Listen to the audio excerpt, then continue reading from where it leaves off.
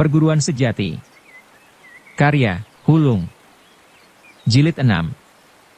In Tionggiok menjadi merah padam dan jengah menghadapi perempuan semacam ini, tak terasa lagi mundur-mundur. Kesempatan ini tidak dilewatkan Husuko begitu saja, dengan cepat kakinya terangkat melakukan sabetan. Geraknya ini cepat dan kejam, jangankan Tionggiok yang tidak berpengalaman, andai kata seorang jago bulim yang berpengalaman pun sukar menghindarinya. Tak heran pemuda kita yang menduga mendapat serangan mendadak menjadi jungkir balik terkena dupakan Husuko. Setelah serangannya berhasil, Husuko melanjutkan lagi serangannya dengan keras. Tionggiok menggulingkan badan dan menyambut serangan musuh dengan ilmu In Leong Xian Jiao, naga terbang menunjukkan cakar. Husuko mengubah serangan, dan disambut lawannya dengan ilmu Chi Siu Sing Leong, lengan kosong menangkap naga. Tak terasa lagi lengannya kena tangkap, tak putus asa baginya. Kakinya terangkat ke arah selangkangan musuhnya. Tionggiok menjadi gusar, ia mengegos lalu melemparkan perempuan itu sejauh beberapa depa. Husuko benar-benar habis mengerti kenapa pemuda lemah ini memiliki kepandaian luar biasa. Sekali ini ia tidak memperdulikan dapat tidaknya buku Keng Tian Chitsu pedangnya dihunus dan niatnya membunuh sudah mantap.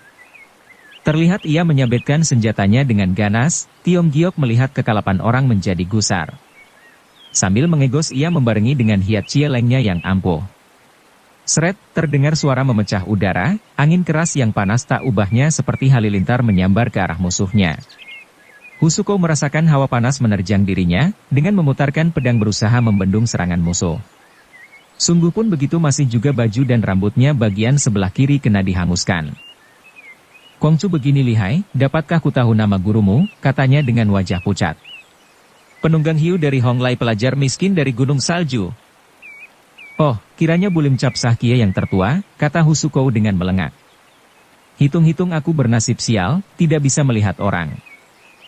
Sifat dan kelakuanmu itu sebenarnya mesti dihukum mati," kata In Tionggiok, "tapi aku tak mau membunuhmu, sedangkan hiat cieleng yang kulancarkan semata-mata untuk membela diri."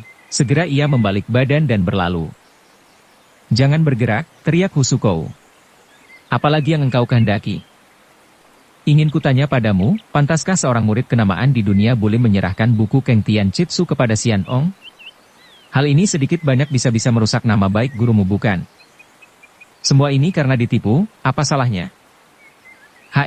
Ini engkau tulis sendiri bukan?" ejek Husuko. "Bagaimana jika ilmu pedang Keng Tian Chitsu digunakan sebagai alat kejahatan oleh Liok Xian Ong?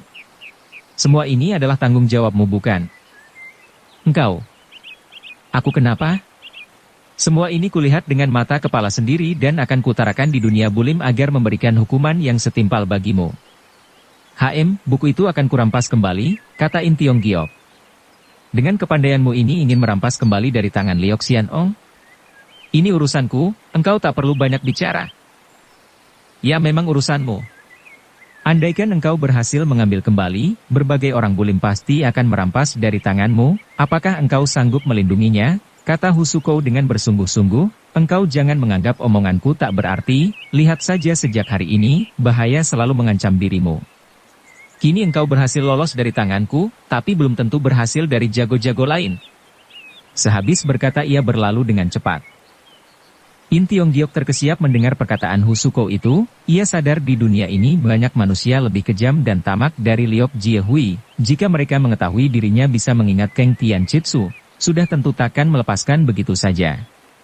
Kepergian Husuko sudah pasti mendatangkan banyak kesulitan di belakang hari, mengingat ini membuatnya menarik napas duka, seolah-olah ada batu besar menekan dadanya dengan berat.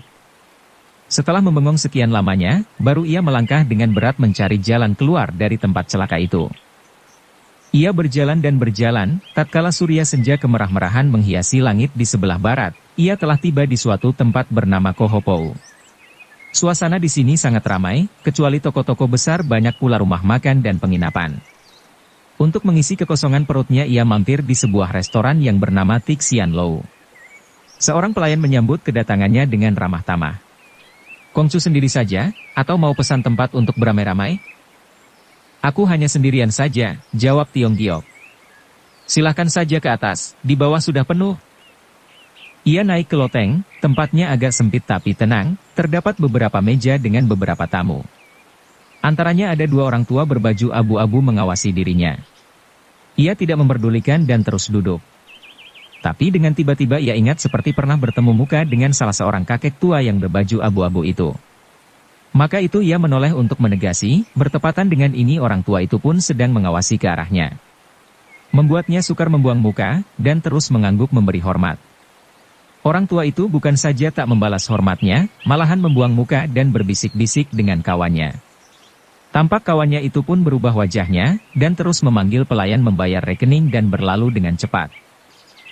In Tiong Giok merasa heran, setelah mengingat-ingat sekian lamanya ia tetap tak dapat mengingat orang tua itu. Saat ini segala hidangan telah datang, ia tidak memperdulikan lagi yang lain dan terus makan dengan lahapnya. Belum pula perutnya kenyang, seorang pelayan datang ke arahnya dan menyerahkan sepucuk surat. "Apakah Kongcu Shiin?" tegur pelayan itu. "Benar. Ini surat untukmu." "Siapa yang memberi surat padamu?" "Seorang tamu tak dikenal dengan memberi upah padaku menyuruh menyampaikan surat ini." Seorang tua berbaju abu-abu. Tidak, ia masih muda, paling banyak usianya 30 tahun, dan mengenakan pakaian hijau. Lagi pula ia menyoren pedang kelihatan sebagai piausu saja, jawab si pelayan dan terus berlalu. In Tiong Giok merasa heran, setelah mengingat-ingat sekian lamanya ia tetap tak dapat mengingat orang tua itu. Saat ini segala hidangan telah datang, ia tidak memperdulikan lagi yang lain dan terus makan dengan lahapnya. Belum pula perutnya kenyang. Tiong Giok membuka sampul surat, di dalamnya hanya berisi sehelai kertas putih belaka. Ia menjadi heran dan hilang nafsu makannya. Cepat-cepat ia membayar dan menanya kepada pelayan tadi. "Di sini ada hotel yang tenangkah?" "Maksud Kongcu hotel yang baik bukan? Nah, di sebelah barat terdapat penginapan In Huken." Katakanlah pelayan restoran Tik Siang Lou yang memperkenalkan, "Pasti dapat potongan 10%. In Tiong Giok mengaturkan terima kasih dan memohon kepada pelayan itu, jika yang mengirim menanyakan dirinya, boleh menunjukkan ke penginapan In Huken. Dengan langkah cepat ia turun dari loteng dan terus keluar. Ia berlalu tanpa menoleh ke belakang. Tapi setelah melewati beberapa toko dan masuk ke dalam sebuah gang, ia menghentikan langkah dengan cermat. Ia memandang ke arah rumah makan tadi. Tak selang lama dari sebuah rumah obat yang berada di sebelah restoran tadi keluar seorang muda berbaju hijau dengan tergesa-gesa. Ia pun menyandang pedangnya dan persis seperti yang disebutkan pelayan tadi. Setelah memandang sekeliling, pemuda itu masuk ke restoran Tik Sian Lou. "Engkau datang tidak kebetulan, karena In Kongcu sudah pergi," kata pelayan itu. "Apakah suratku itu sudah diterimanya?" "Oh sudah." Ia mengatakan apa setelah melihat surat. Ia memesan bila ada yang ingin menemuinya harap datang ke Hotel In Huken. Laki-laki berbaju hijau itu mengangguk dan terus berlalu, tetapi ia tak menuju ke barat di mana terletak In Huken, melainkan ke utara. Dengan memberanikan diri Tiong Giok menguntit dari belakang. Setelah melalui beberapa toko dan gang, laki-laki berbaju hijau itu menuju ke sebuah kelenteng tua yang berada di luar kota. Ia tak menoleh ke kanan kiri, langsung masuk ke dalam. Demikian juga dengan Tiong Giok terus membuntuti tanpa diketahui. Di ruangan depan kelenteng tampak gelap, tapi di bagian tengahnya ada sinar api, menerangi kamar. Tiong Giok yang berada di tempat gelap bisa melihat keadaan di dalam yang terang itu. Ia menjadi heran karena di satu ruangan terlihat 7 orang tua berbaju abu-abu sedang duduk sila. Pakaian mereka semua sama dan pedangnya pun serupa, hanya di gagangnya masing-masing ada ronce yang berbeda, terdiri dari warna merah, kuning, biru, putih, hitam, hijau dan ungu 7 warna. 2 di antaranya yang memakai ronce kuning dan ungu adalah yang bertemu dengan In Tiong Giok di rumah makan Tik Sian Lou. Saat ini laki-laki berbaju hijau telah selesai menuturkan soal memberi surat padanya. Ketujuh orang tua berbaju abu-abu parasnya berubah berbareng. Orang tua yang beronce putih di pedangnya membuka mulut paling dulu. "Jikalau begitu, apa yang dilihat Chitsute, adik ketujuh?" Tidak salah, pemuda itu adalah yang dipakai Pok Tianpang untuk menerjemahkan buku Keng Tian Chitsu. Tapi yang membuatku heran, pelajar lemah itu kenapa bisa lolos dari suatu tempat yang terjaga ketat dari jagonya pesilat-pesilat ternama. Pok Tianpang mungkin sengaja melepas pemuda itu sebagai umpan menumpas kita, kata orang tua yang di pedangnya beronce biru. Bila ia dijadikan umpan beracun, tujuannya bukan pada kita Tongteng Chit Kiam, 7 pendekar pedang dari Telaga Tongteng, juga pada golongan putih kaum Kang Ou. Atas ini kita harus berlaku waspada. Si pedang beronce putih mengangkat pundak, matanya menatap pada orang tua yang pedangnya beronce ungu. Chitsute, bagaimana menurut hematmu? Si ronce ungu ini adalah orang tua yang seperti dikenali Tiong Giok. Begitu ditegur tampak ia berpikir dengan serius. Dugaan Su Heng memang benar, tapi pemuda itu adalah orang pertama yang telah membaca isi Keng Tian Chitsu. Atau ini ia bersangkutan besar dengan Bulim ataupun Pok Tian Pang sendiri? Su Heng pikir, betulkah? Yang mendengar semua menganggukkan kepala tanda setuju. Jika begini kita tidak boleh berlaku sanksi-sanksi lagi, kata si ronce ungu. Maksud Chitsute bagaimana? Tanya si ronce putih. Biarpun ia merupakan umpan beracun, kita harus menelannya juga. Perkataan ini agaknya di luar dugaan yang lain. Mereka kaget dan terdiam, membuat keadaan hening sejenak. Si ronce ungu sudah melanjutkan lagi ucapnya. Keng Tian Chitsu adalah ilmu pedang yang luar biasa, bila mana sampai dikuasai Pok Tian Pang sama dengan bahaya besar bagi kita dan golongan lain. Kini kita dapat kesempatan baik, biar mati pun harus dilakoni. Benar. Biarpun bagaimanapun jadinya, kata laki-laki berbaju hijau. Maka itu ku minta Supek-Supek dan Susiok-Susiok jangan berpikir terlalu lama, kita harus secepatnya membalas dendam sakit hati Osute dan Pang Hui. Mendengar nama Pang Hui, hati Tiong Giok menjadi kaget dan terus ia ingat bahwa orang tua yang di pedangnya beronce ungu yang bagai dikenalnya itu, tak lain orang yang pernah menyerang kereta waktu ia menuju ke markas pusat Pok Tian Pang. Karena kagetnya itu tempat yang dipijaknya menjadi goyang, dan kakinya segera bergerak pindah. Tiba-tiba, krak, entah apakah yang terinjaknya. Siapa? Bentak dari dalam kelenteng, sinar terang pun padam. Tiong Giok berlari ke arah pendupaan yang terdapat di depan kelenteng dan bersembunyi di situ. Tampak olehnya dengan berlompatan ketujuh orang tua dan laki-laki berbaju hijau keluar dari dalam kelenteng. Mereka memandang keadaan sekeliling dengan seksama. Mungkin orang-orang Pok Tian Pang sudah datang mencari kita, kata si ronce ungu. Jangan pedulikan untung rugi, mari kita berangkat ke In Huken, kata si ronce putih. Dalam sekejap mereka telah berlalu, hilang dalam kegelapan. Setelah menunggu mereka agak jauhan, In Tiong Giok baru keluar dari tempat persembunyian. Dan terus meninggalkan Kohopo malam itu juga. Baru pula ia jalan setengah malaman, sudah merasa letih. Ia beristirahat tatkala melihat sebuah batu besar di tepi jalan. Sambil duduk ia jadi berpikir. Haruskah aku pergi ke Kiu Hawasan mencari Liok Jehui? Jika ke sana dan tidak menemuinya, sama dengan cuma-cuma saja perjalananku. Andai kata berhasil mendapatkan lagi Keng Tian Chitsu dari Liok Jehui, buku itu akan merupakan barang rebutan yang tidak ada akhirnya. Semua pikiran ini membuatnya pusing sendiri. Saat inilah dari kejauhan ia mendengar berderapnya langkah orang dan disusulnya dengan dua bayangan hitam. Seperti juga nak burung yang ketakutan ia bersembunyi di balik batu. Dua bayangan hitam itu datangnya teramat cepat, dalam sekejap telah tiba dekat batu di mana Tiong Giok sembunyi. Keduanya itu adalah orang tua berbaju serba putih, satu jangkung satu katai, wajahnya pucat pasi. Melihat ini membuat Tiong Giok bergidik takut. Dan ia menahan napas sewaktu manusia aneh itu berhenti di dekat batu dan celingukan ke sana kemari seperti mencari sesuatu. Setelah melihat tak ada yang menimbulkan kecurigaan, mereka pun segera berlalu lagi dengan cepatnya tanpa berkata barang sepatah pun. In Tiong Giok menarik napas lega, baru bangun dari tempat sembunyinya. Kembali ia mendengar menderunya angin, disusul dengan berkelebatnya tiga sosok bayangan. Semua mengenakan pakaian hitam yang gedombrongan, usianya mereka rata-rata 60 tahun lebih. Wajahnya bengis dan jelas bukan manusia baik-baik. Setibanya di batu besar mereka pun berhenti sejenak, memasang kuping. Ciu Heng, lebih baik kita mengambil jalan lain dan bakal apa membuntuti kedua orang lain, kata seorang yang berada di sebelah kiri. Jangan-jangan soal ini belum tentu kebenarannya, jawab orang Shichiu. Pikir saja jika pelajar itu benar-benar berada di kota Kohupou, mana mungkin sudah pergi sejauh ini. Sebaiknya kita kembali dan mencarinya di dekat kota. Kecurigaan Ciu Heng memang betul, jangan-jangan kita ditipu Husuko Usi perempuan jalang itu, kata yang di tengah. Mana berani ia mempermainkan kita, kata yang di sebelah kanan. Tambahan Tong Teng Chit Kiam pun melihatnya pelajar itu di dalam kota, maka itu Husuko pasti tidak membohong.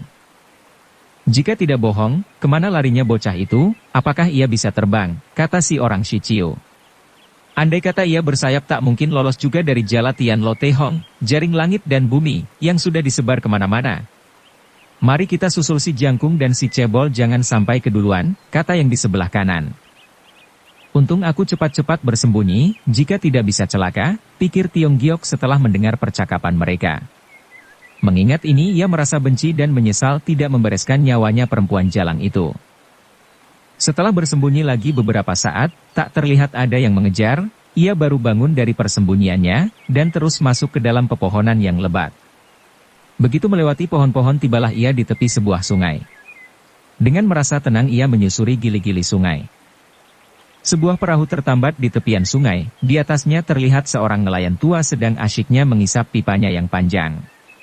Hal ini membuat Tiong Giok girang, cepat-cepat ia menghampiri dan melompat ke arah perahu. "Lo Tia, lekaslah antarkan aku menyeberang, ongkosnya berapa saja akan kubayar." "Malam-malam begini engkau mau kemana?" tanya si orang tua. "Kemana saja asal menyeberang." "Kongcu jangan salah, ini perahu ikan dan bukan perahu tambangan." "Ya aku minta tolong," kata In Tiong Giok setengah memohon, sebab sedang dikejar-kejar orang jahat. "Asal bisa menyeberang aku bisa selamat. Ikan-ikan mungkin sudah masuk dalam perangkap, jika dibiarkan sayang sekali. Ah dasar nasib," kata si orang tua setengah menggerutu. Dan ia tidak melanjutkan perkataannya sebab di daratan terlihat sesosok bayangan hitam yang menuju ke arah perahunya. Pendatang ini adalah Husuko adanya. Ia menanya kepada tukang perahu, "Ciao Loya, apakah engkau melihat pelajar itu?" "Tidak. Sesosok bayangan manusia pun tidak kulihat."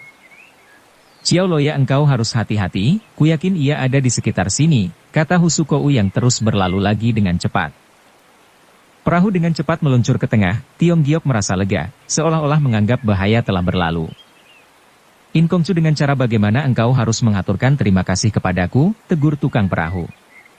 Engkau siapa?" "Aku Ciao Tian Siang, seorang kecil yang mempunyai julukan si Cucut Perak. Dan pekerjaanku sebagai pengontrol perairan, dari gabungan 28 bajak laut. Sejujurnya pekerjaan ini kurang menarik perhatianku dan ingin melepaskan secepat-cepatnya, maka itu jika tidak demikian untuk apa malam ini aku menolongmu?" "Jika begitu kau sebagai kamratnya Husuko juga?" "Ya, aku salah satu di antara konconya Husuko, sedangkan yang lain banyak sekali. Untung engkau berada denganku, coba jika jatuh di tangan mereka, tak bisa enak-enakan mengobrol seperti sekarang." "Ya, aku harus bagaimana mengaturkan terima kasih padamu?" tanya Tiong Giok dengan terpaksa. "Untuk apa Kongcu bertanya lagi, serahkan saja sejilid buku Keng Tian Chitsu kepadaku sampai kemanapun akan kuantar.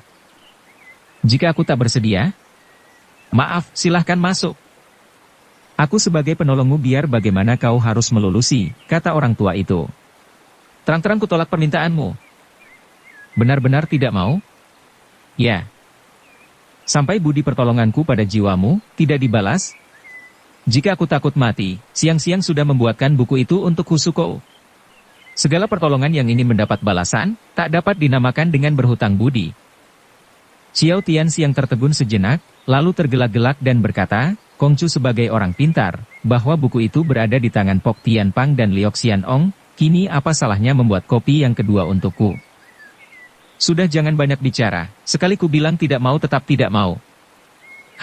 Jika begitu engkau mencari penyakit sendiri. Engkau tanyakan pada Husuko, apakah potongan semacamku ini mudah dihina? Semua sudah aku tahu akan kelihayanmu, tapi di atas perahu ini engkau bisa apa?" "Ya, engkau mau apa?" Belum pula ucapan Tiong Giok selesai, Ciao Tian Siang dengan mendadakan telah menerbalikkan itu perahunya. Mereka sama-sama terjatuh ke dalam air. Sebagai seorang yang pandai berenang sedikit tidak membuat Tiong Giok kaget. Dengan tenang ia berenang ke pinggir. Tiba-tiba saja Ciao Tian Siang memburu dari belakang.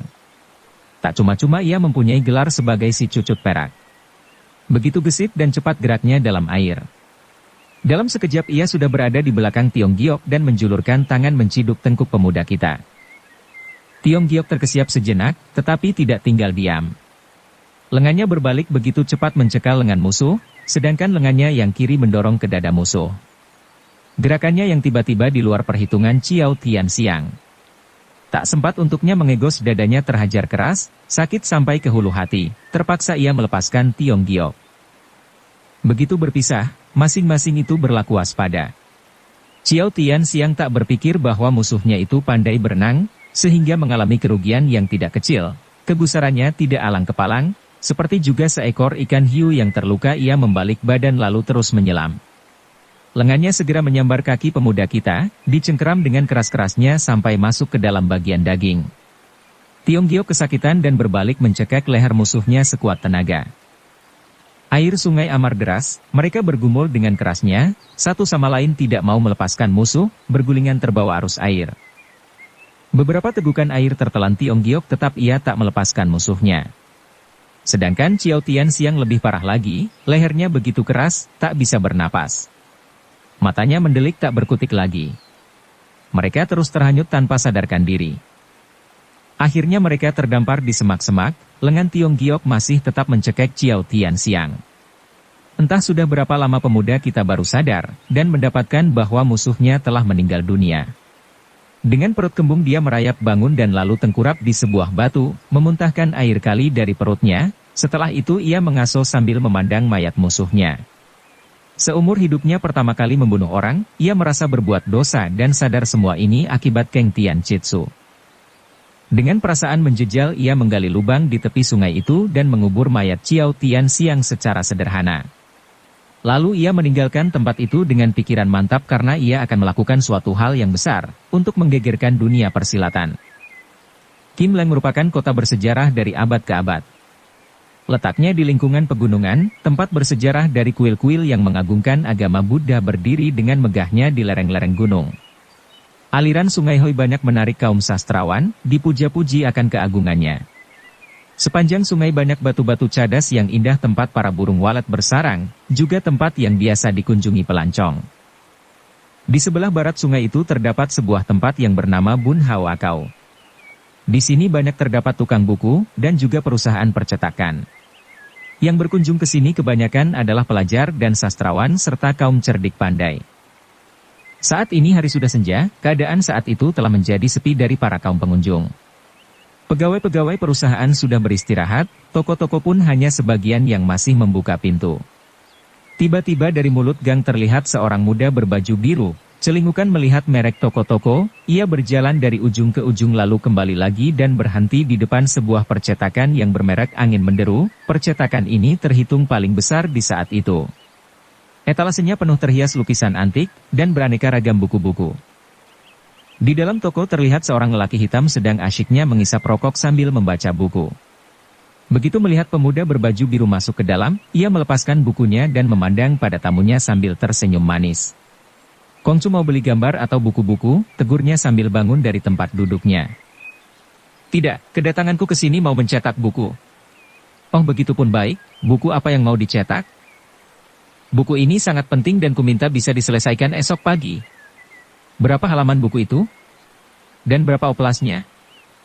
"Hanya 10 halaman dan dicetak 1000 jilid saja," kata pemuda itu, "jika tidak keburu 500 saja." "Dalam semalam sulit menyelesaikan buku itu, jadi tidak bisa." "Bisa sih, bisa, ongkosnya mahal sekali." Pemuda itu mengeluarkan uang emas dan berkata sambil tersenyum, "Jangan khawatir, berapa saja ku bayar, nah ini sebagai uang muka. Kalau begini apa boleh buat, dan akan ku coba." Pemuda itu menjadi girang. "Dapatkah ku tahu nama saudara?" "Aku Yao Qianqi, dan siapa nama Kongcu?" Pemuda itu tidak menyebutkan namanya, ia tersenyum dan berkata, "Yao Sachan, sebagai gelar pertukangan, sebelum engkau kerjakan perlu kujelaskan dulu sedikit, yakni disebabkan teramat pentingnya buku ini, sebaiknya engkau kerahkan lebih banyak tukang agar selesai pada waktunya. Di samping itu buku ini tidak boleh bocor sebelum terbit." "Adakah Kongcu membawa naskah buku itu?" "Ya ada, tapi akan kuserahkan di dalam saja." "Begitu juga baik," kata Yao Qianqi dan terus menyimpan uang persekot ke dalam lacinya. Dan memerintahkan bawahannya menutup toko. Diajaknya Tiong Giok masuk ke dalam. Di dalam percetakan itu terdapat sebuah taman bunga, dan satu ruangan yang nyaman. Dekorasinya indah dan menarik, agaknya sang penghuni mengenal betul seni-seni dekorasi. Di kamar inilah sang pemuda menyerahkan naskahnya. Yao Qianqi begitu melihat naskah ini, wajahnya jadi berubah, cepat-cepat ia menutup lagi naskah itu. "Kenapa Yao Sachan tidak meneliti naskah ini?" Sejujurnya aku tak berapa mengenal huruf, membaca pun tak ada artinya. Kuharap Kongcu meninggalkan alamat, besok boleh kukirim buku pesananmu ke sana. Tak usah, kata si anak muda sambil menggelengkan kepala. Aku ingin memandori sendiri waktu mencetak buku ini, dan membawanya begitu selesai. Begitupun baik, duduk dululah sebentar, setelah kuatur beres segera ku beritahu padamu. Sehabis berkata ia membawa naskah masuk ke dalam. Tak selang lama ia muncul lagi dengan seorang tua beruban. Melihat orang tua ini membuat si pemuda merasa takut tak keruan, karena seumur hidupnya pertama kali melihat orang yang berwajah demikian buruk. Kongcu, mari ku kenalkan, inilah Pek Wangwei, hartawan, atau majikanku, kata Yao Qianci. Oh, kata si pemuda dan segera merangkapkan tangannya memberi hormat. Pek Wangwei harap maaf, kedatanganku hanya merepotkan saja. Aku Pek Kyonghong sebagai pedagang yang mengutamakan untung, maka itu Kongcu tak perlu berkata begitu. Wajah buruk dari Pek Kyonghong dihias dengan sepasang mata yang satu besar satu kecil, sungguh pun demikian memancarkan sinar tajam. Melihat ini sang pemuda, merasakan berhadapan bukan dengan seorang saudagar biasa. Tambahan pula Yao Qianci begitu hormat sekali, bukan seperti kuli biasa. Pek Kyonghong membeber naskah yang akan dicetak di atas meja, dengan serius ia berkata. Aku sebagai pengusaha, sebenarnya asal mendapat untung ya sudah, tak perlu bertanya ini itu pada Longcu. Tapi naskah ini menyebutkan, tulisan In Tiong Giok sebagai kenangan untuk Cian Tian Siang, dapatkah ku tahu kedua orang itu mempunyai hubungan apa dengan Kongcu? In Tiong Giok adalah aku sendiri, sedangkan Cian Tian Siang adalah salah seorang yang tidak bisa kulupakan selama hidupku ini. Jika Kongcu sendiri yang menulis naskah ini, sudah tentu tahu isinya bukan? Benar. Inilah naskah yang dianggap sebagai benda pusaka kaum rimba hijau. Sudah tahu demikian kenapa Kongcu mau menerbitkannya dan mencetak sebanyak itu? Untuk disebarluaskan, agar penggemar-penggemar silat memilikinya. Tapi perbuatan ini kuanggap kurang wajar. Memang begitu, tapi mau dikata apa, semua ini kulakukan dengan terpaksa. Apa sebabnya engkau sampai terpaksa? Pek Wangwei begitu melihat buku ini segera tahu kehebatannya, dari sini dapat kutarik kesimpulan, Wangwei bukan saudagar biasa, lagi pula tidak timbul keinginan memiliki buku ini. Semua ini membuatku kagum dan ingin tahu siapakah sebenarnya Wangwei ini. Sejujurnya aku pun bekas seorang Kang Ou tapi sudah lama mengundurkan diri, dan hidup dengan membuka percetakan. Atas ini Kongcu tak usah ragu-ragu atau khawatir pada diriku. Dan jika engkau ingin tahu Yao Qianci ini pun bekas seorang Kang Ou yang bergelar Tiat Pai Xianwan, keras sakti bertangan besi. In Tiong Giok setelah mendengar perkataan Pek Kyonghong, segera menuturkan apa yang dialaminya sejak keluar rumah. Karena mendongkol dikejar-kejar mereka itulah, Kongcu mau mencetak buku ini? Bukan. Sebab-sebabnya karena menyesal telah membuat sebuah kopi untuk Liok Jiehui. Jika ilmu itu dipelajarinya, bisa mendatangkan bencana bagi dunia persilatan. Untuk menebus kesalahan itu, akan kusebarluaskan buku ini, agar setiap orang bisa mempelajarinya. Dengan begitu biar Pok Tian Pang atau Liok Jiehui mahir menggunakan Keng Tian Chitsu tidak akan berguna banyak lagi. Kongcu seorang yang tidak mau mengangkangi pelajaran yang luar biasa ini, dan akan menyebarluaskan, tentu bisa mengguncangkan dunia Kang Ou. Atas tindakan Kongcu ini aku merasa kagum. Dan terus ia menoleh kepada Yao Qianci. Kerjakan lekas seperti yang dipesan In Kongcu. Dan sekalian sediakan makanan. In Tiong Giok tidak menduga bahwa Roman Pek Kyonghong yang demikian buruk sangat ramah tamah dan senang membantu, tanpa terasa datang rasa simpatiknya. Tak selang lama 4 pembantu rumah tangga datang membawa hidangan semeja penuh, atas kebaikan tuan rumah Tiong Giok tidak menampik. Sambil makan mereka bercakap-cakap. Aku sudah lama mengundurkan diri dari dunia Kang Ou, maka itu terhadap soal Pok Tian Pang hanya mengetahui sedikit sekali, tapi terhadap Liok Jiehui yang termasuk di antara Bulim Cap Sahki aku kenal sekali. Ia bertabiat licik dan jahat, maka itu jika sampai diketahuinya In Kongcu mencetak buku Keng Tian Chitsu, pasti ia akan marah, dan berhati-hatilah terhadapnya. Kata Pek Kyonghong. Soal bagaimana ia akan mencelakakan diriku, sedikit pun tidak kukhawatirkan, yang kutakuti ilmu Keng Tian Chitsu telah dikuasainya, sehingga golongan bulim lainnya belum keburu mempelajarinya. Hal ini tidak perlu dikhawatirkan, karena ilmu pedang ini luar biasa dalamnya, belum tentu ia bisa menyelami sampai ke akar-akarnya. Ya memang ku tahu, jika bukan seorang berbakat dan cerdas sukar mempelajarinya seorang diri ilmu pedang ini. Karenanya sejak kuingat belum pernah ada yang berhasil menguasai ilmu seorang diri. Ada yang pandai menguasai Keng Tian Jitsu, tapi berdua, yakni Sin Kiam Siang Eng, sepasang pedang sakti. Dapatkah ku tahu siapa Sin Kiam Siang Eng itu? 30 tahun yang lalu mereka adalah sepasang saudara angkat yang masih muda belia. Gagah ganteng ada pada mereka, ditambah dengan hatinya yang baik dan juga suka membantu orang. Dalam 10 tahun namanya telah tenar melebihi Bulim Cap Sah Kie yang telah lebuh muncul di dunia Kang Ou. Untuk mereka ini, di dunia Bulim terkenal pemeo yang berbunyi, tajam-tajamnya tusuk konde tak setajam jarum seaneh-anehnya Bulim Cap Sah Kie, tidak segaib Sin Kiam Siang Eng. Pemeo ini mendatangkan ketidakpuasan Lui Sin Tong Chian Lai, maka ia mengundang seluruh Cap Sah Kie bertemu di Gunung Busan, untuk bertempur dengan Sin Kiam Siang Eng.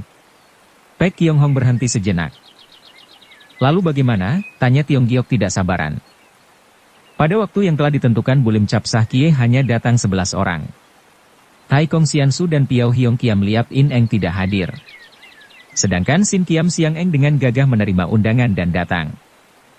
Bulim Cap Sah Kie sudah lama terkenal dan menjadi kebanggaan kaum Kang Ou. Kami sebagai golongan yang lebih muda ingin mengadakan hubungan dan kerukunan, guna kesejahteraan kaum Kang Ou, maka itu datang ke sini bukan niat untuk berkelahi dan merebutkan pepesan kosong, kata Sin Kiam Siang Eng. Tak kira Tong Chian Lai yang berangasan tak mau mendengar, ditambah dengan Kim Tai, Liang Yao, San Koi menyokong untuk berkelahi. Melihat ini gurumu merasa tak enak hati dan menasehati mereka beberapa patah. Tak kira membuat Kim Tai menjadi gusar tak alang kepalang. Dan terjadilah perkelahian sengit antara gurumu dengan Kim Tai. Jarum Giam Locit Ciam Kim Tai tak dapat melukai gurumu, sebaliknya ia terluka oleh Hiat Chie Leng. Akibat ini Siang Yao menempelkan kegusaran pada Sin Kiam Siang Eng. Perkelahian tak dapat dicegah lagi, tapi dalam waktu singkat Siang Yao menjadi pecundang. Sam Koei menyambung, dan terus bertarung, tapi dalam singkat mereka pun harus menyerah. Liok Jiehui juga turun gelanggang, hanya dalam waktu 200 jurus sudah dikalahkan. Tong Chian Lai baru sadar kelihayan lawan bukan kosong belaka. Agaknya sudah keterlanjuran baginya untuk turun tangan, perkelahian sekali ini hebat sekali. Sampai ilmu simpanan Pel Like Sin Kun, lengan geledek, yang menjadi andalan Tong Chian Lai dikembangkan habis-habisan, tapi tetap hanya bisa bertahan 500 jurus. Sin Kiam Siang Eng lihai sekali. Ya memang lihai. Tapi ilmu pedang mereka yang bersatu padu itu, jika dimainkan seorang diri, tidak ada kekuatan. Bagaimana kalau guruku atau Cian Bin Sin Ke yang menghadapi mereka?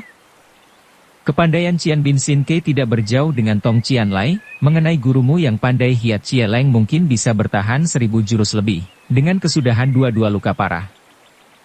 Oh, Tiong Giok baru sadar. Siapakah nama sebenarnya dari Sin Kiam Siang Eng itu? Satu bernama Ang Ek Fen, satu lagi Tiat Giok Lin. Kenapa nama mereka tidak terdengar lagi? Ya mereka muncul dan tenar dalam waktu singkat, dan dalam waktu singkat berdua pula menghilang dari dunia Kang Ou. Mungkin ada sebab-sebabnya bukan? Ya memang, kata Pek Kiong Hong, tapi soal yang sebenarnya tiada yang tahu, hanya terdengar berita bahwa Tiat Giok Lin telah mati dan Ang Ek Fen menghilang. Sudah 20 tahun lebih mereka tak muncul lagi di dunia Kang Ou. Pek Lo Chian Wei kenalkah dengan seorang yang bernama Hao Xian? Hao Xian? Dari manakah engkau mendengar nama ini? Waktu di Pok Tian Pang melihat nama itu tertera di buku Keng Tian Jitsu yang berbahasa Sangsekerta, kata Tiong Giok dan terus menceritakannya bagaimana ia menemui orang tua itu di penjara tanah. Berapa usia orang tua itu, dan bagaimana potongan badannya dan raut wajahnya? Usianya 50 tahun lebih, sedangkan wajahnya sukar dilukiskan karena sudah terlalu lama dikeram dalam penjara yang tak bersinar matahari. Tubuhnya sudah kurus sekali, hanya sinar matanya masih terlihat tajam. Ah, mengherankan sekali, apakah ia belum mati, kata Pek Kiong Hong. Tidak, bagaimanapun tak mungkin. Tahukah Lo Chian Wei dengan Hao Xian itu? Jika tidak salah orang tua itu adalah salah seorang dari Sin Kiam Siang Eng yang bernama Tiat Giok Lin. Bukankah ia sudah mati? Ya, benar. Tapi Hao Xian adalah nama samaran dari Tiat Giok Lin, lagi pula ia yang menulis Keng Tian Jitsu. Baru perkataannya diucapkan sampai di sini, di depan toko terdengar suara ribut-ribut. Lo Yacu di depan banyak tamu yang mau beli gambar, kata salah seorang pengawal sambil berlari-lari. Katakan sudah tutup dan besok lagi. Sudah dikatakan tapi mereka tidak mau mengerti dan memaksa mau masuk. Pek Kyonghong memanggil Yao Qianchi. Coba engkau lihat siapa yang bikin ribut itu. Begitu Yao Qianchi keluar tak lama, terdengar suara ribut-ribut bentakan dan saling maki dengan keras sekali, disusul dengan keributan dari suara orang berkelahi. In Tionggiok bangun dari kursinya, tapi disuruh duduk lagi oleh tuan rumah. Tak usah menghiraukan kejadian di luar, dengan adanya Yao Qianchi sudah cukup, mari minum araknya. Benar saja kira-kira lewat sepermakanan nasi, suara ribut-ribut sudah hilang dan pulih lagi ketenangan. Yao Qianchi pun sudah masuk lagi. Siapa mereka itu? Tanya Pek Kyonghong. Husukou dan sekalian kamratnya. Ah mereka selalu mengejar-ngejarku, kenapa bisa tahu aku ada di sini, kata Tionggiok. Mereka mempunyai banyak kaki tangan, tak perlu engkau herankan, kata Pek Kyonghong dan terus berpaling kepada muridnya. Bagaimana caranya engkau mengusir mereka? Mula-mula dengan kata-kata, tapi tidak mempan, akhirnya dengan kepalan tangan baru beres. Manusia-manusia kurcaci itu sangat tamak dan jahat, kini kena batunya. Tapi setelah kejadian ini jangan heran kita bisa berusaha lagi di sini dengan tenang. Gara-gara Boan Bue kesini mendatangkan keributan, bagaimana kalau kucetak di tempat lain? Apakah engkau menganggap kami tak sanggup lagi melayani kurcaci-kurcaci itu? Atau menganggap aku kelewat sayang dengan perusahaan ini? Oh tidak. Aku sebagai orang kasar yang bicara dengan belak-belakan, bisa sudah 10 tahun meninggalkan dunia Kang Ou tapi tak takut menghadapi apapun lebih-lebih pertemuan kita seperti berjodoh. Jikalau engkau ini mau boleh kita berkawan, jika tidak mau ku kembalikan naskah itu dan engkau boleh pergi mencetak di mana saja. Boan Bue tidak bermaksud demikian. Jika begitu baik sekali, sebagai orang Kang Ou aku paling senang akan kepolosan dan cara secara terang-terangan. Engkau begini baik dan mau menyebarkan buku yang dianggap pusaka bulim ini kepada mereka. Masak aku harus sayang dengan segala perusahaan ini, kata Pek Kyonghong dengan suara hatinya. Yao Qianchi kuharap buku itu dapat diselesaikan sebelum terang tanah, dan selalu waspada dengan kurcaci-kurcaci itu agar kesenanganku mengobrol tidak terganggu. Lo Yacu tenang saja, segala apa serahkan padaku, jawab Yao Qianchi. Dan terus berlalu sambil membuang senyum ke arah tamunya. Mari minum lagi, kata Pek Kyonghong, sudah sampai di mana pembicaraan kita? Oh, soal meninggalnya Tiat Goklin diberitakan dari keluarga sendiri waktu hari pemakaman jenazah, berbagai golongan jago-jago rimba hijau turut menyaksikan. Kini timbul orang bernama Hausian yang terkurung di tempat Pok Tianpang benar-benar mengherankan. Jika mengingat waktunya ia ditahan dan meninggal, membuat hati curiga, karena bersamaan betul. Mungkinkah di balik ini terdapat sesuatu rahasia? Jika Tiat Goklin sudah meninggal, kenapa buku Keng Tian Chitsu bisa berada di tangan Pok Tianpang? Engkau menyaksikan kematian Tiat Goklin? Benar, jawab Tionggiok. Ku yakin Tiat Goklin belum meninggal, tapi kena ditangkap oleh Pok Tianpang dan dirampas bukunya. Sedangkan kabar kematiannya itu sengaja disebarluaskan untuk menutupi kejahatan kaum Pok Tianpang. Kemungkinan ini kecil sekali, sebab yang memberitahukan kematiannya bukan dari Pok Tianpang, tapi dari Lin Siok Bue istrinya Tiat Goklin sendiri. Istrinya itu seorang cermat dan lihai ilmu silatnya, sehingga mendapat julukan pendekar jelita. Tak mungkin ia terpedaya orang-orang jahat. Jika begitu ingin aku pergi ke tempatnya Tiat Goklin untuk bertemu dengan istrinya, setelah urusan di sini selesai, kata In Tionggiok.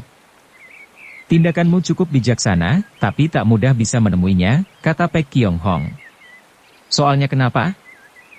Lim Siok Bue bertabiat keras, kata Pek Kyonghong. Sejak kematian suaminya ia menutup pintu rapat-rapat, tidak mau menerima tamu dari manapun, maka itu kupikir sulit untuk menemuinya. Kedatanganku ke sana membawa berita soal suaminya, mungkinkah tidak diterima?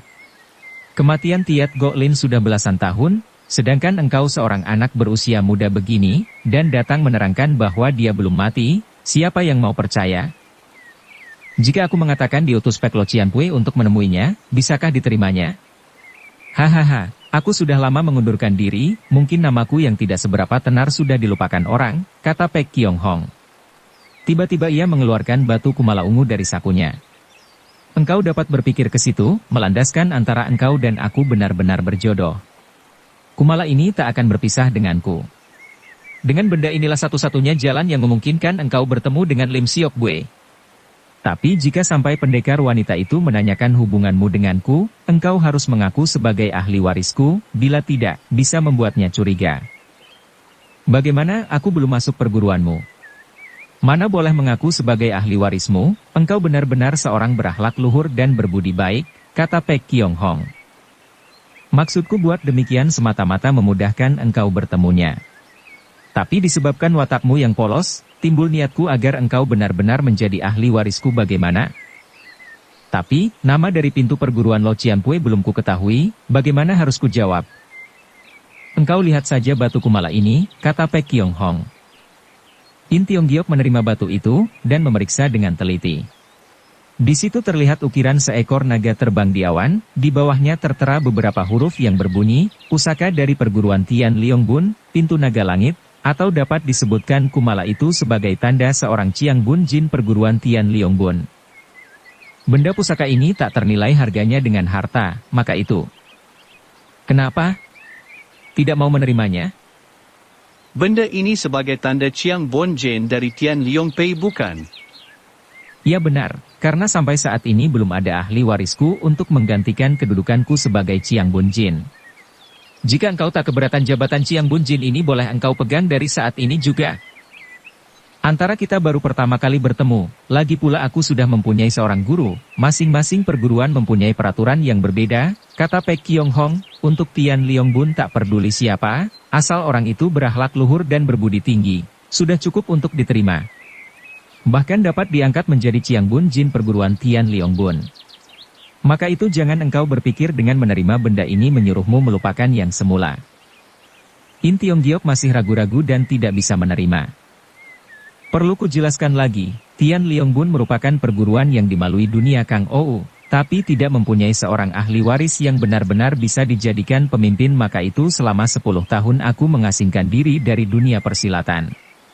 Jika hal ini terjadi dengan perguruan lain, mungkin sudah beku dan mati. Misalkan engkau keberatan menjadi Chiang Bun Jin, boleh engkau simpan batu Kumala ini dan boleh engkau berikan kepada seseorang yang dapat dianggap pantas menjadi seorang Chiang Bun Jin. Kini kuterima untuk sementara waktu batu Kumala ini, setelah kembali dari rumah Lim Siok Bue akan kukembalikan lagi pada Lo Cianpue, kata In Tiong Giok dan terus memasukkan Kumala itu ke dalam sakunya. Kelakuannya membuat orang tua itu menjadi terpekur dan meminum araknya berulang-ulang. Untuk mengalihkan soal ini Tiong Giok bertanya, Lo Cianpue sebagai seorang Chiang Bun Jin, kenapa hendak mengundurkan diri? Pek Kiong Hong tampak kaget sekali mendengar pertanyaan ini, tapi sekejap perubahan wajahnya kembali tenang. Apa yang harus kurindukan alam yang fana ini? Lebih-lebih kini sudah tua dan bosan melihatnya. Tapi 30 tahun yang lalu bukankah masih muda? Badan masih muda, tapi pikiran sudah tua. Pikiran itu berubah menurut irama rasa, mungkinkah perasaan Lo Cianpue terganggu, kata Tiong Giok sok tahu. Kenapa engkau bisa menduga ke arah itu? Semua ini hanya dugaanku yang terlalu gegabah, kata Tiong Giok. Soalnya seorang Chiang Bun Jin yang berhati jantan, tak wajar menyerahkan jabatan begitu saja pada seseorang. Dari sini kutarik kesimpulan bahwa Lo Cianpue terganggu perasaannya.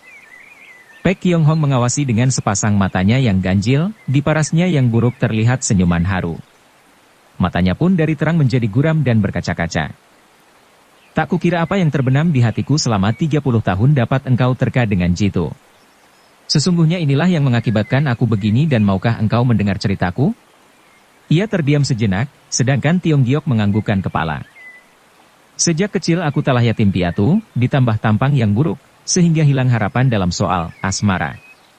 Aku hanya berpikir kalau bisa mendapat seorang dusun sebagai istri, sudah mujur banget. Siapa tahu kehidupan seseorang bisa berubah. Boleh-boleh aku mendapatkan berkah dan bisa memiliki ilmu silat yang tinggi. Dan dapat menempatkan diri sebagai seorang terkemuka di dunia Kang Ou. Akibat ini membuatku sombong dan angkuh. Segala perempuan-perempuan biasa kupandang sebelah mata. Dan syarat-syarat mencari istri bagiku semakin tinggi, dan lupa pada keburukan diri sendiri. Permintaanku semakin tinggi semakin sukar mendapat istri. Tapi kehidupan memang aneh, karena tipe seorang istri yang kuidam-idamkan kutemukan secara kebetulan. Itu terjadi pada suatu malam waktu aku berjalan-jalan di Telaga Soou. Di sana terdapat sebuah bangunan yang indah dan bertingkat. Saat itu di loteng masih terang benderang, kulihat seorang gadis sedang terpekur di depan jendela. Aku bukan seorang yang ceriwis, waktu melihat kecantikan gadis itu, seolah-olah terpukau. Dan terus memandangnya tanpa berkedip-kedip. Sampai pelita-pelita dimatikan dan gadis itu menutup jendela, aku baru berlalu. Malam kedua, seperti ada kekuatan gaib menyeretku ke tempat semalam. Dan terus menongkrong mengagumi gadis itu seperti malam pertama. Malam ketiga ku datangi lagi dan terus menatapnya seperti malam-malam yang lalu, begini saja membuatku asyik. 3 hari ini membuatku gila tak keruan, siang ku tidur malam ku gadangi gadis itu. Dan kurasakan bukan saja cantik, tapi sangat agung dan menyamankan hati. Sedikit pun tidak terasa letih atau lapar asal melihat gadis itu.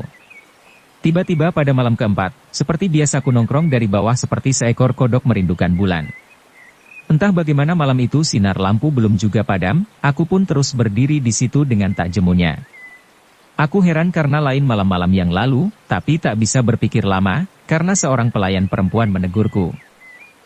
"Pek Tai Hiap, nonaku mengundang masuk. Kata nona engkau telah 3 malam berdiri di sini, maka mengundangnya ke dalam." "Kenapa engkau tahu 3 malam aku di sini, dan kenapa tahu aku Shipek?" "Itu soal nonaku, bicaralah dengannya." Aku masuk ke dalam dan dipersilahkan naik ke loteng. Di sana lampu terang benderang, di meja tersedia hidangan dan minuman, dengan kaget aku mendapat jamuan mendadak. Setelah mengobrol sejenak, ku tahu bukan saja ia berwajah cantik, juga terkenal di dunia Kang Ou sebagai pendekar wanita yang mulia. "Siapa namanya?" selak Intiong Giok. "Namanya tak perlu kusebutkan, pokoknya engkau asal tahu saja bahwa ia seorang pendekar, toh.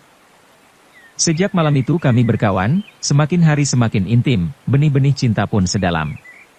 Ia pun tak sungkan menerima ajakanku yang pertama memain perahu di telaga dan jalan-jalan mencari angin. Kesan ini seumur hidupku tak bisa dilupakan, begitu manis dan romantis.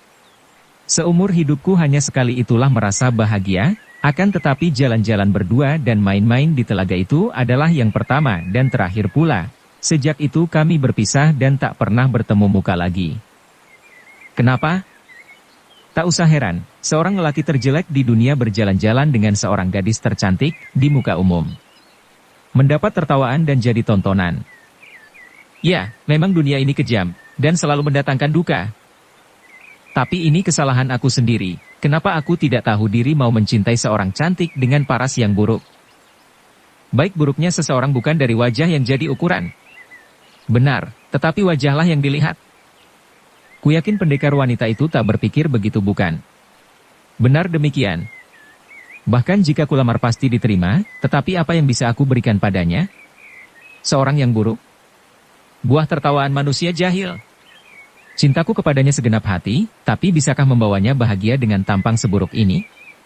Maka itu setelah kupikir matang-matang, membuatku tahu diri, dan diam-diam mengasingkan diri. Dengan begitu aku harap ia bisa mencari lelaki lain yang lebih ganteng dariku, tapi apa yang aku perbuat ini hanya mendatangkan penyesalan dan kecewa tentu. Mungkinkah sampai sekarang ia tidak bersuami kan? Tidak saja tak bersuami bahkan masih tetap mencariku kemana-mana. Lalu apa yang membuatmu tak mau? Kau pikir pantaskah aku menjadi suaminya? Kenapa tidak? Lebih-lebih sekarang parasku sudah keriputan dan semakin buruk, ia pun sudah tua dan tak secantik dulu lagi. Ia awet muda dan semakin cantik, kata Pek Kiong Hong. Apakah Lo Chian Wei sudah melihat lagi? Pek Kiong Hong menjadi merah, kepalanya mengangguk. 3 tahun yang lalu aku melihatnya di kota, tapi ia sendiri tak melihatku. Cinta itu tak memandang bulu, buruk jelek tua muda tidak menjamin ukuran. Kini ia menanggung rindu puluhan tahun, tidakkah Lo Chian Wei merasa kasihan terhadapnya maupun pada diri sendiri? Kukatakan demikian karena Chian Wei masih tetap mencintainya bukan? Untuk apa menanggung rindu seumur hidup kepada kekasih yang mencintai jua? Jika Lo Chian Wei bertepuk sebelah tangan atau cinta tak sampai boleh berlaku demikian, tapi ini soalnya saling mencintai. Dan dirusak sendiri oleh perasaan Chian Wei, ini bukan saja berdosa padanya juga pada diri sendiri. Pek Kiong Hong jadi bungkam mendapat nasihat seorang muda belia. Mungkin dalam soal asmara, tidak peduli orang tua, akan menjadi bodoh dan tak malu meminta saran pada yang mudaan. Ya, dalam soal asmara ini adalah wajar. Sebenarnya perkataanku ini terlalu kurang ajar, tapi untuk cinta murni yang diabaikan begitu saja terpaksa kuciptakan juga. Dengan harapan perasaan jahanam itu hilang dan timbul perasaan yang adil. Kurasa sampai kini belum terlambat untuk menjalin lagi jodoh yang terkatung-katung. Kau bicara terlalu jauh, kata Pek Kyong Hong. Pembicaraan mereka baru sampai di sini Yao Qianchi sudah datang bersama seorang tua gemuk, keduanya membawa tumpukan buku yang selesai dicetak. Kami telah mengerjakan sekuat tenaga, tapi hanya berhasil mencetak 550 buku, kata Yao Qianchi sambil tersenyum. Nah, cobalah In Kongcu periksa. In Tiong Giok menoleh ke arah jendela, baru merasa bahwa hari sudah remang-remang menjelang fajar. Cepat ia memeriksa buku-buku itu, dan mengaturkan terima kasih berulang-ulang. Apa yang engkau akan kerjakan dengan buku-buku itu? Tanya Pek Kyong Hong. Sebelum terang tanah, Boan Pui akan menyebarkan 250 buku ini di tempat yang ramai, agar setiap yang menghendakinya mudah mendapatkannya, sisanya akan kutitip di penginapan-penginapan agar orang jauh pun bisa memperolehnya. Dengan demikian dalam waktu singkat buku ini bisa tersebar habis. Apakah engkau benar-benar sudah mengambil keputusan demikian? Ya, dengan cara itulah Boan Wei bisa menghilangkan monopoli Keng Tian Chit Su dari tangan Pok Tian Pang dan Liok Jie Hui. Jika begitu ku minta kau meninggalkan 100 buku di sini, kata Pek Kyong Hong, akan kuberikan sendiri pada jago-jago bulim, atau mengecernya di depan, dengan begini perusahaanku akan mendapat kemajuan yang tidak sedikit. Kuharap Lo Cianpui berlaku waspada, jangan sampai buku ini mendatangkan hal-hal yang tidak diinginkan, kata In Tiong Giok sambil memberikan 100 buku. Hal ini tak perlu kita khawatirkan, kata Pek Kyong Hong, dan kudoakan agar kau bisa sampai di rumah Lim Siok Bue secepatnya tanpa kurang suatu apa. Boan Wei berdoa agar Lo Cianpui bisa melanjutkan jodoh yang terkatung-katung secepat-cepatnya. Pek Kyong Hong terbahak-bahak, lalu mengantar pemuda kita keluar rumah, sampai Tiong Giok pergi jauh dan tidak terlihat lagi, ia baru masuk ke dalam sambil berkemak-kemik. Ia seorang pemuda yang dikaruniai keberanian dan kepintaran yang luar biasa, susah mencari orang semacam dia. Ia menoleh pada Yao Qianchi dan memesannya. Sejak hari ini perusahaan kita akan tutup untuk selamanya, maka kumpulkan para pegawai dan berikan mereka pesangon secukup-cukupnya. Apa? Lo Yacusan terjun lagi ke dunia Kang Ou.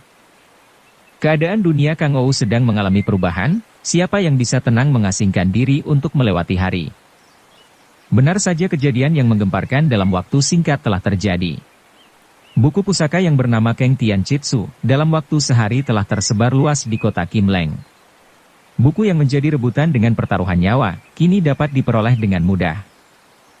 Mulut ke mulut peristiwa ini diceritakan orang, dalam waktu 3 hari seisi kota menjadi geger. Bahkan jago-jago bulim dari berbagai aliran, berduyun-duyun datang ke kota Kim Leng untuk memperoleh buku pusaka itu.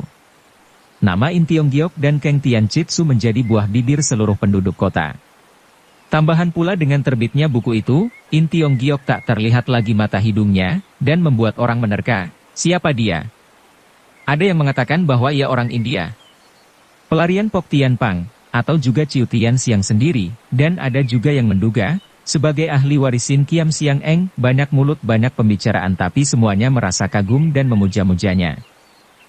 Dukung channel Novel Silat dengan subscribe, follow, like, komen dan share.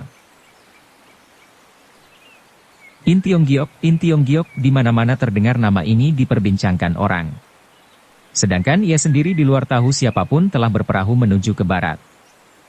Perahu yang disewa sangat besar, dan setiap harinya ia mengunci pintu kamar seorang diri. Di sini ia melatih ilmu Keng Tian Chit Su dengan tekun. Tukang perahu merasa heran, tapi tidak mengatakan apa-apa. Hanya memanggilnya di waktu makan saja, seperti yang dipesan penyewanya itu. Beberapa hari telah berlalu, perjalanan mereka hampir sampai di kota Keng An. Tukang perahu mengetuk pintu kamar sambil berteriak keras-keras. Kongcu, apakah engkau mau makan sekarang atau sesudah berlabuh di kota Keng An? In Tiong Giok keluar dari kamarnya dengan berkeringat, ia memandang ke pantai, sejenak. Kupikir jangan berlabuh di tempat ramai bagaimana? Terserah pada Kongcu, aku menurut saja, kata tukang perahu. Dan terus menuju ke sebuah dusun kecil di seberang Keng An. Di sini terdapat perkampungan nelayan. Mereka berlabuh di situ. Tukang perahu dengan dua pembantunya turun ke darat untuk membeli perbekalan. Istrinya tukang perahu menyediakan Tiong Giok makan. Tak selang lama yang mendarat telah kembali lagi dengan barang bawaannya. Terlihat mereka tergesa-gesa dan gugup. "Kongcu celaka," kata tukang perahu dengan wajah pucat. "Kita tidak bisa melewati pelabuhan Keng'an.